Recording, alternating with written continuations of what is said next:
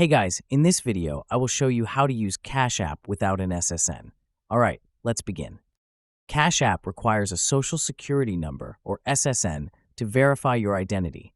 This verification unlocks key features like sending money, depositing funds, and making payments.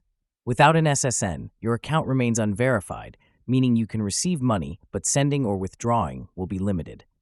To use Cash App without an SSN, start by downloading the app from the App Store or Google Play Store. Open the app and sign up using your email address or phone number. Follow the prompts to create your account and choose a unique cash tag. Once your account is set up, you'll be able to receive payments from other users.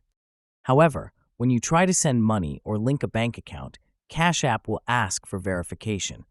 Without providing an SSN, these features will stay locked. There's no way to bypass this step, as it's required for compliance with financial regulations. Cash App uses SSNs to confirm identity, prevent fraud, and meet government security standards. Without one, you're limited to receiving money only. So that's basically how you can use Cash App without an SSN.